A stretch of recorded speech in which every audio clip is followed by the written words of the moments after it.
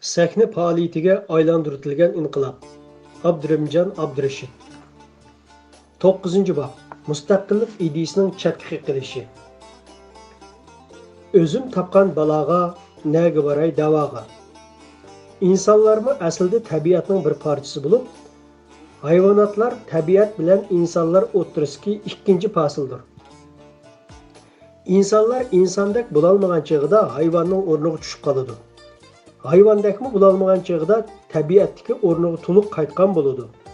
Hayvonotdan insonni ayirib turadigan bir omil borki, u insonlardagi aql, idrok va kelgusini tasavvur qila oladigan, o'tmish bilan hozirni selishtira oladigan, kelgusi uchun yangi plan tuzib, o'zi va yoki o'zlari uchun foydali vaziyat yarata oladigan qobiliyatdan iboratdir.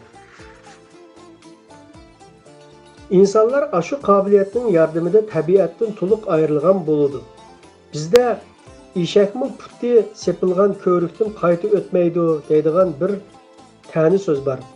Bu so'zni aytishdagi maqsad bir qatim ziyonga uchragan ishni ikkinchi qatim aynan takrorlab, yana bir qatim o'xshash ziyon tortgan kishini tanqidlashdir. Unda kishiga boshqalar hissdoshlik bildirib qo'yishi mumkin, ammo ishonch qila olmaydi. Ham biror ishda o'rtoqlashishni xohlamaydi. Chunki u eshakchilikmi aql ishlatmagan. Bizning beshimizdan o'tgan, kechgan yaxshi yomon kunlarimizni, bo'libmi Xitoylar bilan aramizda yuz bergan tarixiy hodisalarni, siyosiy hodisalarni, milliy ziddiyatni, bizdan yaxshi biladigan Rossiya, Angliya, Amerika qatorliq davlatlarning nazarida Uyg'urlar o'tmishdan saboq olmaydigan, mag'lubiyat tarixini takrorlaydigan, o'zligidan oldinib, o'zligidan gol bo'lib beradigan bir millat ekanligimiz obrazliq shaklda ko'rinib turadi. Ishning eng echinishli yeri shuki, Xitoyning ustidan shikoyat qilib, dard to'kib turib, yana Xitoydan ayrilmay birga yashay olamiz deb ifoda bildirishimizdir.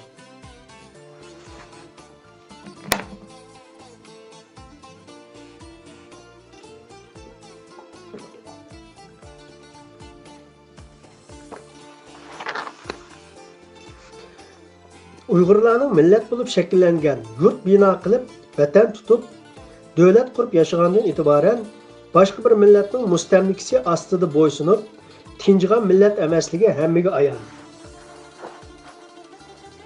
Bo'libmi 1949-yili vatanimiz Xitoylarning to'liq mustamlikasiga o'tgandan buyon Xitoylarning millatimiz ustidan ijro qilayotgan zulmlarning o'zila bu ikki millat o'rtasida tinchlik amalga oshmaydiganligi, adolat o'rnatilmaydiganligi, tinchlikni barpo qilish uchun va Uyg'urlarning rayondagi milliy mavjudligini saqlab qolish uchun ikki millatga teng huquq berish, ikki millat o'rtasida adolat fasli o'rnatib to'liq ayirish kerakligi g'arblik siyosiyon va davlat arboblariga sir emas. Shuningdek, mustaqillik davosini qilishimiz yoki kundalik haq, ya'ni kishilik huquq davosini qilishimiz o'zimizning erkin tanlash haq huquqlarimiz doirasidagi ishlarimiz bo'lib, hech qanday davlat va siyosiy partiya guruhlarning majburlash yoki cheklash asosi yo'q. Vatanimizda bo'lsa, Xitoyning siyosiy qarshi hech qanday tanlash imkoniyatimizning bo'lmaydiganligi o'zimizga ayon. Shuningdek, Xitoyning siyosatiga majburiy bo'ysunishimiz kerak yoki norozilik bildirib jazolanish, qarshilik ko'rsatib o'lishimiz lozim. Ya'ni vatanimizda Xitoy o'rnatib qo'ygan tuzumdan sirt boshqa yo'l yo'q. Yashab turishni xohlagan har bir Uyg'ur amalsiz qabul qilishga, hatto Xitoyning zulmlik siyosatini, qonunlarini madhiyalashga majbur. Lekin chet elda, bo'libmi erkin demokrat g'arb ellarida vatan millatning ovozini dunyo ahliga, demokratik ellarga anglatamiz degan shuarni to'lab, da'voning bayrog'ini egiz ko'tarib olgan tashkilotlar atalmish da'voning birdan-bir oliy huquqli qonunli vakili biz deb olgan markazlar vatan millatning nomidan nimalarni da'vatadi? Bir so'rinda Xitoy 56-yili o'zi bergan avtonomiyani yo'lga qo'yib bergan bo'lsa-mu, qarshiligimiz yo'q desa, yana bir so'rinda biz Sharq Turkistonning mustaqilligini talab qilyapmidik. Biz Sharqi Turkistonning mustaqilligini talab qilyapmidik.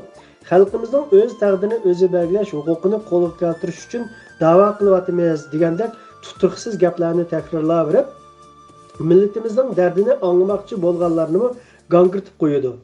Da'vogarlarimizni xalqimizning orzusi, millatimizning g'oyasi Xitoydan ayrilib chiqib mustaqil Sharqi Turkiston davlati qurib, o'z mavjudligini saqlab qolishdan iborat. Haqliq ovozni dunyo ahliga anglatamiz va shuning uchun yordam qilamiz deyishdan kim to'sib qo'ydi? Nimishqa rost gapni deyolmaydi. Buning javobi mushu kitobning 5-bobida qisman bayon qilingan edi. U mazmunlarni qayta takrorlamayman, lekin tushunish qiyin bo'layotgan masala shuki, u yillarda Dünya Uyg'ur Qurultiyi tashkilotining nizomnomasidan, xitobnomasidan Sharq Turkistonning mustaqilligi uchun kurash qilamiz degan moddani chiqarib o'tish, g'arb vaqtlaridan vaqtlik yordam puli qabul qilib, vatan davosini xalqaroga ilib chiqishdan iborat taktikani qo'llanib turgan edi. Biroq keyinchi da'vogarlarning shuariga aylandi. Biror yot so'rinda vatanning mustaqilligini orzu qilamiz degan bir jumla ularning og'zidan ezib bo'lsa-mu chiqib ketmaydi. Ya'ni Dünya Uyg'ur Qurultiyining o'rinlashtirishi bilan yilda bir qatim Uyg'ur yoshlarini demokratiya bilan tarbiyalash kursi uyushtirilib, g'arblik tadqiqotchilar bir qancha kun leksiya so'zlab berdi. Kursga ketadigan barliq chiqimni NED vaqti ta'minlaydi. NED moliya jihatdan Amerika ma'murlari moliya idorasiga bog'liq bo'lib, Uyg'ur da'vogarlariga o'xshash iqtisodiy jihatdan NEDning yordamiga bog'liq bo'lib qolgan har qanday tashkilot va shaxsning maoshi va boshqa xarajatlarimi Amerika ma'murlari moliya idorasining vositalik hal qilindi. Bu yerda shunday bir savol o'tirib tushdi. NED vaqtidan yordam olish uchun mustaqillik shuarini tilga olmaslik shart bo'lsa, mustaqillik shuaridan voz kechgan Uyg'urlar qaysi maqsadlarga yetdi? Uyg'urlarning dardi mustaqillik talab qilmaslikni xalqaralashtirishmidi? NED vaqtidan elayotgan pulning yordami bilan Uyg'urlar nimaga erishyapti? Keyingi 10 yildan buyon NED vaqtidan iqtisodiy yordam olib, vatan davosini tunishtiramiz degan maqsadda Amerika Uyg'ur birlashmasi, Dünya Uyg'ur Qurultiyi, Rabia Qodir fondi, Uyg'ur qalamkashlari jamiyati qatorliq 4 o'rin NED vaqtiga iqtisodiy jihatdan bog'landi. Kapitalistik jamiyatda iqtisod hamini belgilaydi degan hukmga izohat berib, insonlar jamiyatida iqtisod hamini belgilaydi deb tushunsak, texmi to'g'ri. Amaliyotga uyg'un bo'lgudek. Shaytong'imi to'pi yemsan desa, yig'i bormi deymish. Deydigan bir gap bo'ladigan. Shaytonni yog' bilan go'llab to'pini yegizgandek, bir qancha Uyg'ur tashkilotining og'zi burnini 5 tanga pul bilan maylab, Uyg'urlar kishilik huquq, demokratiya, avtonomiya davosini qiladi degan holga keltirmoqchi.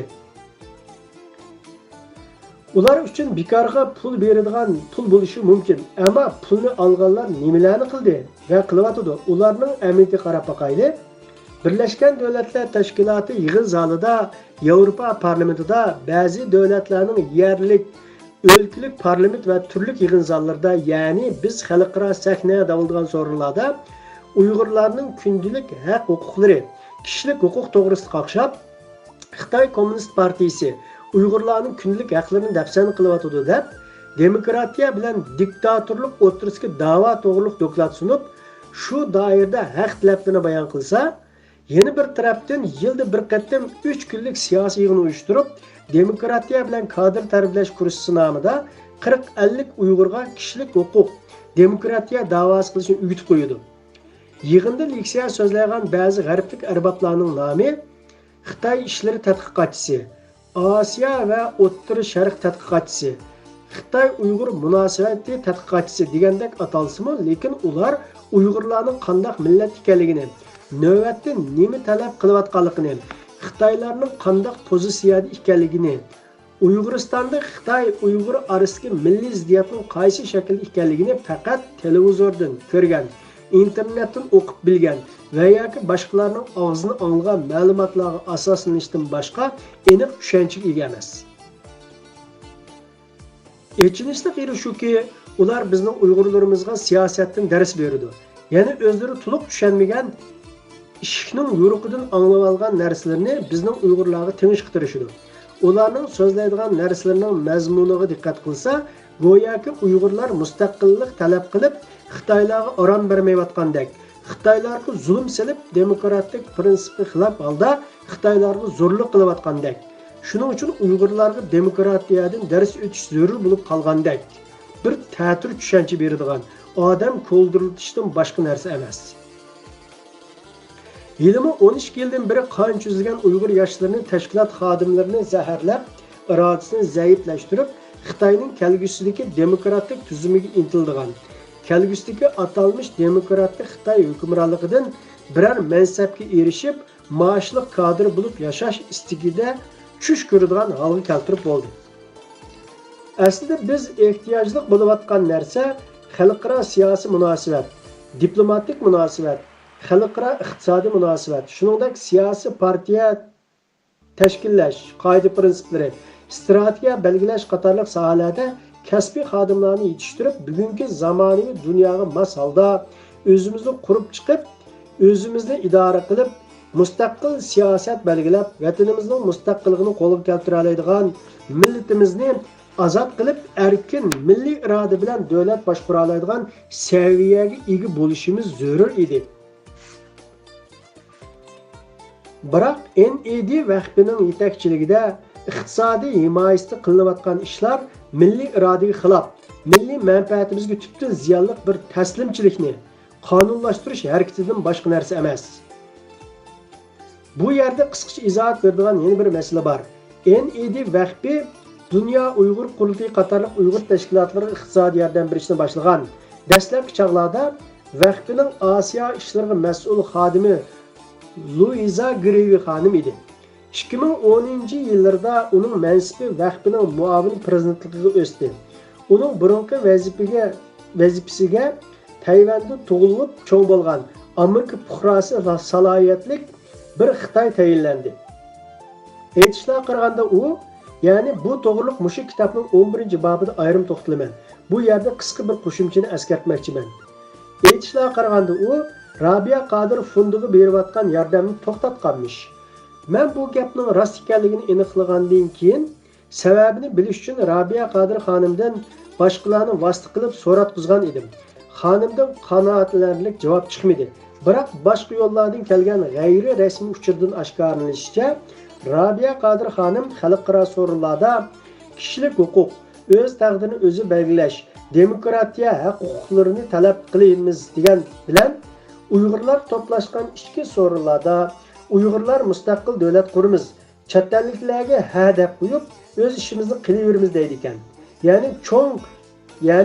Ya'ni chin qalbidan kishilik huquqchi bo'lmag'achqa, demokratiyaning pulini hajlab turib, demokratiyaga yot so'zlarni qilg'achqa yordamni to'xtatganmish.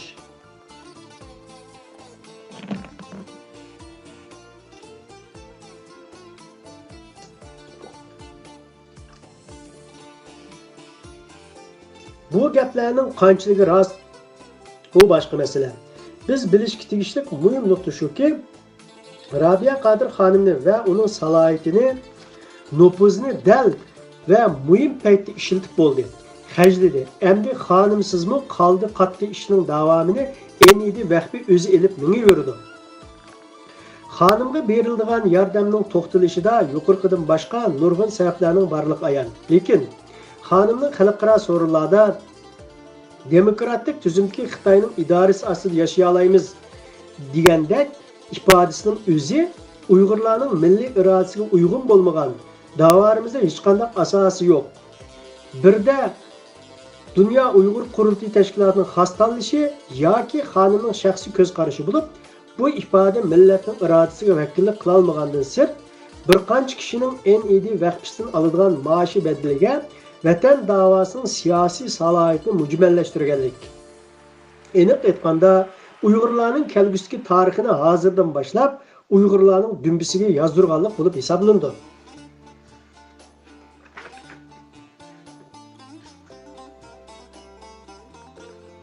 Ko'pchiligimiz anglab baxmagan, lekin xabardor bo'lishga tegishli bir muhim voqeani mushu yerda asga solib o'tishni loyiq ko'rdim. Ya'ni sobiq xalqaro Sharqi Turkiston Uyg'uriston Milliy qurultiyining raisi Anvarjon afandi men bilan muhim bir ish ustida so'zlashmoqchi ekanligini, yeniga kelishimni aytdi. Odatda jiddiy bir ish bo'lmasa, telefon orqali so'zlashaverdik. Men dam oladigan kuni kelmoqchi bo'ldim. Ya'ni 2003-yili 5-sentabr kuni ko'rishdik. U oldingi yili Albaniyada chaqirilgan xalqaro bir yig'inga qurultaydan 5 kishilik bir hay'at tashkillab qatnashgan chog'ida Amerika Tashqi ishlar ministrligi xodimlari bilan so'zlashib, ahvolimizni bayon qilganligidan xabardor edik. Bugun shu ishlarni qisqacha eskartgach, natijasining ko'rilganligini aytdi. Men bilan so'zlashilgan muhim masala NED vaqtidan topshirib olgan bir ankit jadvalidagi ba'zi bir mazmunlar ustida ekan. Biz tashkilotning iqtisodiy masalasini vaqtli hal qilishimiz uchun NED vaqtiga iltimos qilar ekanmiz. Ulardan yordam qabul qilishning bir cho'ng sharti qurultay nizomnomasidagi vatanning mustaqilligiga oid moddalar, so'z, jumlalar chiqarib tashlanishi lozim ekan. Bu haqda ikkimiz uzun muzokara qilishdik. Fikrimiz qurultay doimiy komitetining jiddiy yig'inini chaqirib, nizomnomaga o'zgartirish kirgizish kerakmi yoki qurultayning mustaqillik maydoniga da'voning istiliga dog' tushirmay, yandash bir tashkilot qurib, g'ayri rasmiy yuchuqdan foydalanib, iqtisodiy qiyinchilikni qamdash lozimmi degan nuqtada yig'inchoqlandi. Xulosada qurultayga yandash ayrim bir tashkilot qurib chiqadigan bo'ldik. Bu mezgilda Dunyo Uyg'ur yoshlari qurultayi bilan milliy qurultayni biriktirib, bir markaz qurish plani ustida kurash qilib o'tdik. Oldingi boblarda tafsil bayon qilinganidek, 2004-yili 10-aprel Myunxen shahrida chaqirilgan qurultaylar birlashma yig'inida 2 qurultay tarqilib, o'rniga hozirgi Dunyo Uyg'ur qurultayi tashkillandi. Baş rais Erkin Altekin Efendi, Envercan Efendi, muavin reislerinin biri buluşup bitken idi. Yani baş rais Erkin Altekin Efendi, Envercan Efendi muavin reislerinin biri bulup iş bitken oldu. Bırak Dünya Uygur Yaşları Kurultayı'nın nizam ve programları asasında nizamname tüzülüp makıllandı.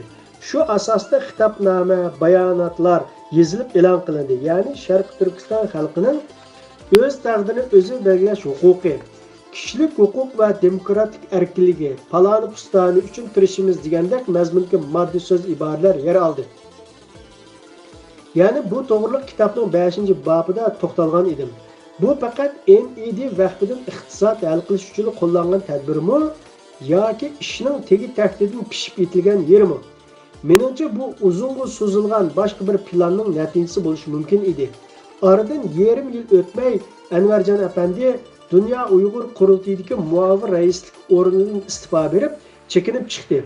Uningdan keyin yana bir qancha yildan biroqli chekindi. Har birining shikoyatlari o'xshash. Qurultay ishxonasi qizil askarlar bilan to'shib ketgan. Bosh kotiblik qarmog'ida 20 dan ortiq komitet bo'lim ta'sis qilinib, har bir o'ringa bir boshliq, 2 nafar muavin tayinlab vazifa taqsimlanib ekan. Hatta men bu muhacirlar komitetining 2-chi muavin mudiri bo'lib tayinlanib qo'yilib ekanman. Myunxen shahrida kadr yetishmaslik krizisi kelib chiqishga boshlabdi. Hatta qurultayning muhim yig'iniga boshliq bolalarning hammasi qatnashib oldi ekanda, ular kimga qarshi vaqirash, kimni tillash, kimga etilish qatorliq amaliy vazifalarni o'taydi ekan. Shunga bundaq vaziyatda sirtda turishni muvofiq ko'rganlar qurultaydan sug'urilib chiqqan gap. Dünya Uyghur qurultayining nizomnomalarida mustaqillik tilga ilinmaganlik bilan ish hal bo'lib ketmadi. NED vaqtidan keladigan bekor puldan xabar yo'q. Ko'rsatiladigan sabab xili ko'p, biroq oradan 2 yil o'tdi. Puldan xabar yo'q edi. Oyda to'lanib turadigan ishxona ijorasining yerimini olib Tekin afandim o'z yenidan chiqaribdi. Qolgan qismini bosh kotiblik qarmog'idagi vazifa o'taydigan kadr bolalar oylik, ya'ni kadrlik badeli tariqasida qarorlik topshirilgan pul bilan to'liqlanadi. Qurultayning turli shakldagi yig'inlariga kerakli iqtisod hashar tariqasida ommadan to'planadi. 2 yil shundoq umidsiz, ko'ngilsiz o'tdi.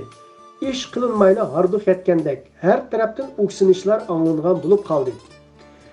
Biror o'ringa dard to'kaylik desa, berish kelish uchun biletga pul yo'q. Hatto telefon, faks haqiga chiqin olmay, Ko'pincha ariz shikoyatlar, qaqshashlarda ilxat yo'llab javobini kutib o'tishdan boshqa bir amal yo'q edi. Shapaq shaltaq yo'q yerga chivimmi qo'nmaydigan gapkan. Vatan davosining qonunliq birdan-bir oliy organi shu holda g'irib bosgan zamonda ishning beshiga Robiya Qodir xonim yetib keldi.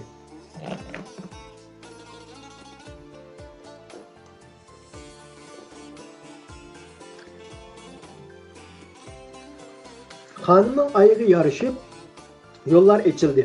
Dünya Uyghur qurultayından ranjib chiqib ketganlarmi, chatga qilib chiqarib etilganlarmi, sat ko'rgan, sat ko'ringanlarmi qaytib kirdi. Endi vaqtidan pul kelishga boshladi. Shirni bar yerga chivin o'lishdi degandek har xil, har rangdagilarmi shirniga o'lashdi. Ba'zilarini tilsimi, ba'zilarining maydisidan ittarsimi bir qadam neri ketmaydigan bo'lishdi. Bu G'aliti Nusratdin beshi ko'kka taqashgan rahbarlar har kelganga qo'ynini kag'ri ochdi. Utturluq dashqazonga o'xshash hammasi aralashib qaynaydigan bir ommaviy so'ringa aylandi. Yuchiqlarmi kam echildi. Holchilar, payloqchilar, suxanchilar, pachoq pitlari ish qilib hammasi udul kirib chiqa oladigan, nasibisini xohlagancha ola oladigan zaro xatmiga aylandi. Yillar shundoq tashkilot bor, tashkilsiz, rahbar bor, yetakchisiz, bosh-boshdoqlik, tartibsizlik ichida gangirdi. Bu millatning dardi nimati?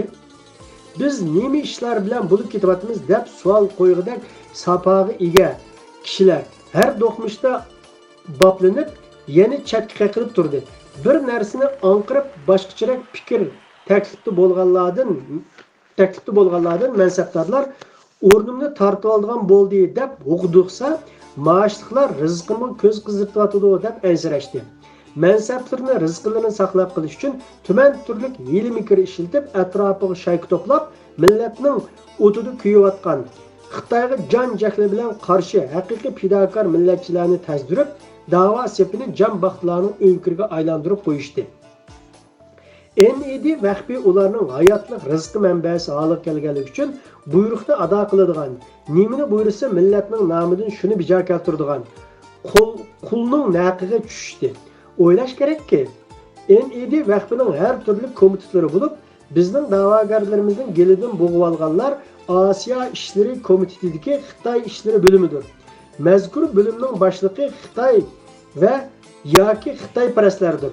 İşler şundak tolumu astırtdın, tolumu uzun yıllar avval puxta strategik o'rinlashtirilgan bo'lg'achqa, mustaqillik ideyamiz allaqachon supurib tashlandi. Turmadan chiqqaniga amdilik 3 oy bo'lgan Robiya Qodir xonim Myunxenda ko'pchilik xitob qilib, meni qo'llab, menga yordam qila olsanglar, Sharq Turkistonni 5 yil ichida mustaqil qilib beraman deganiga texi 2 yil bo'lmay turib, NEDning pulining kuchi bilan Uyg'urlarning kishilik huquq faoliyatchisiga aylanib qolgan edi. Bundaq bo'lishda xonimning g'arblik bilan udul so'zlasha olmaydigan, tarjimonsiz g'arblikni tushuna olmaydigan, g'arbning Uyg'urga qaratilgan pozitsiyasining qanday ekanligini tarjimonsiz bilmaydigan, o'zi rahbar bo'lgani bilan tarjimonlarning og'zidan chiqqan narsaga qarab, g'arb demokratiya degan mushu bo'lsa kerak degandek qaymoqtirilgan, yuzaki tushunchada bo'lgan ojizligi hal qilg'ich rol o'ynagan bo'ldi. Chunki qari niyatlar xonimning bu ojizlik nuqtasini texmi ilgirlab suiiste'mol qilishdi.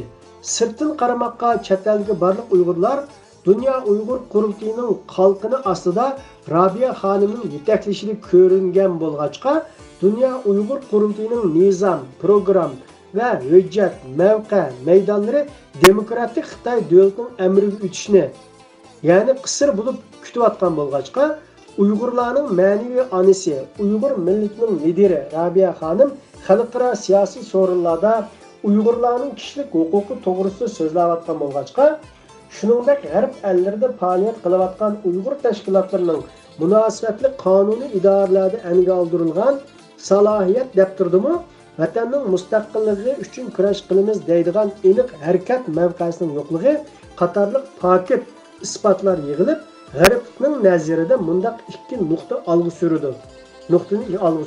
Birinchi, chet eldagi Uyg'ur faoliyatchilari Uyg'uriston xalqiga vakillik qila olmaydi. İkinci, chet eldagi Uyg'ur faoliyatchilari Xitoylar bilan til tepisha oladi. Uyg'ur masalasi Xitoyning ichki ishlariga oid. Shunga sirtdan uchinchi bir taraf qo'l tiqib aralashish asosi yo'q. Bu G'arb elleridagi Uyg'ur tashkilotlari va faoliyatchilarining chet ellikka ko'rsatgan ta'siridir. Da'vogarlarimizning injosi shundoq bo'lgan ekan, ularning dardiga quloq solishning ahamiyati qolmadi. Balki Uyg'ur Xitoy masalasi milliy masala bo'lmasdan, Xitoy davlatining ichki masalasi, shundaqla o'tkinchi siyosiy masala. Xitoyda siyosat o'zgarib, demokratik ko'p partiyali tuzum yo'li qo'yilsa, Uyg'urlarning dardi tugaydi degandek tushuncha umumlashdi. Yana bir masala shuki, 1997-yildan e'tiboran vatan sirtida qurollangan, ammo Xitoyning bir tal tukiga cheqilolmay, Afg'oniston, Pokiston, Iroq, Suriya qatorliq jihad rayonlarida takbir aytib, dunyo kafirlarini yo'qotamiz deb 10 minglab behuda o'lib yurgan Uyg'ur yoshlarining qurolliq amaliyotlarimi Uyg'urlarning mustaqil davlat qurish irodasi va orzu-armonlarining yo'qligini fakt bilan ta'minlab berdi.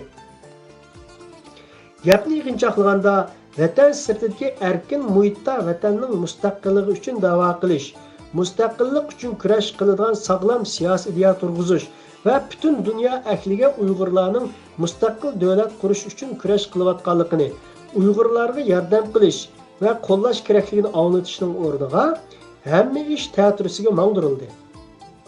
Mustaqillik idisi chatga qildi.